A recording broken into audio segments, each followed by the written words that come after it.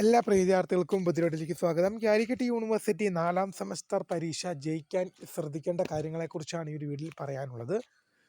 അത് FIUGP ആയാലും supplementary വിദ്യാർത്ഥികളുടെ കാര്യത്തിലായാലും നമുക്ക് ഡിസ്കസ് ആയിട്ട് നോക്കാം.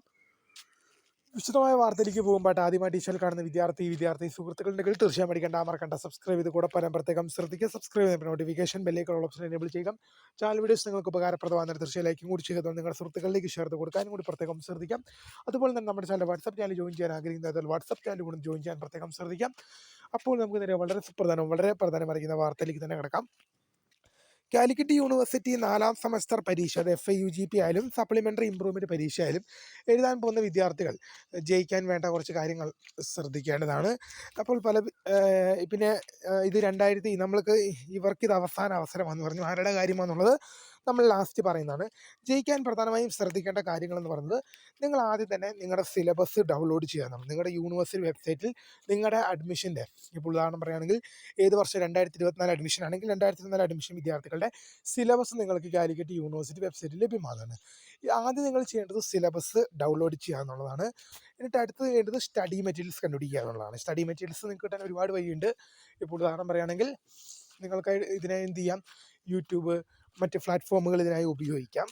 യൂട്യൂബ് ക്ലാസ്സുകളൊക്കെ കാണും. അതുപോലെ തന്നെ ഗൂഗിള്, മറ്റ് സംവിധാനങ്ങളൊക്കെ ഇതിനു വേണ്ടി ഉപയോഗിക്കാം. എന്നിങ്ങനെ എന്തെങ്കിലുമൊക്കെ മാർഗത്തിലൂടെ നിങ്ങൾ മാക്സിമം സ്റ്റഡി മെറ്റീരിയൽസൊക്കെ കണ്ടുപിടിക്കാൻ പ്രധാനമായി ശ്രദ്ധിക്കുക. ഇപ്പോൾ പരീക്ഷയ്ക്ക് മുമ്പ് തന്നെ സ്റ്റഡി മെറ്റീരിയൽസും സിലബസ് എല്ലാം ഡൗൺലോഡ് ചെയ്ത് വെക്കുന്നത് പഠിക്കാൻ കുറച്ചുകൂടെ എളുപ്പമായിരിക്കും. ആ ടൈമിൽ ഇതിൻ്റെ പുറകെ ഓടുന്നതിന് ഭേദം.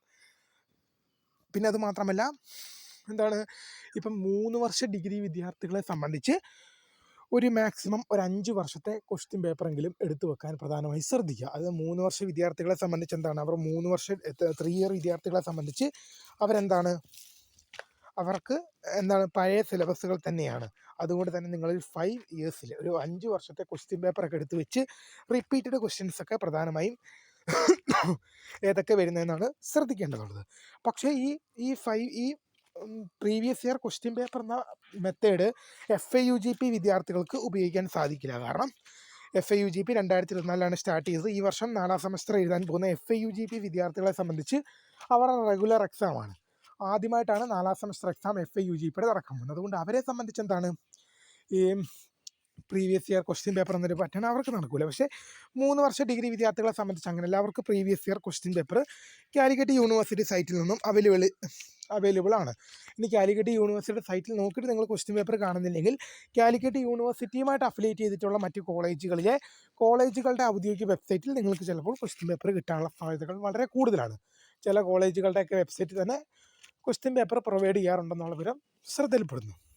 അപ്പോൾ പിന്നെ ഇവർക്ക് ഇത് അവസാന അവസരമാണ്. ഇപ്പോൾ 2020 അഡ്മിഷൻ വിദ്യാർത്ഥികളെ സംബന്ധിച്ച് അവർക്കിത് അവസാന ചാൻസാണ്. ഇനി അവർക്ക് റെഗുലർ സപ്ലിമെൻ്ററി ഇംപ്രൂവ്മെൻറ്റ് എക്സാമിൻ്റെ കൂടെ അവർക്ക് പരീക്ഷ എഴുതാൻ സാധിക്കില്ല.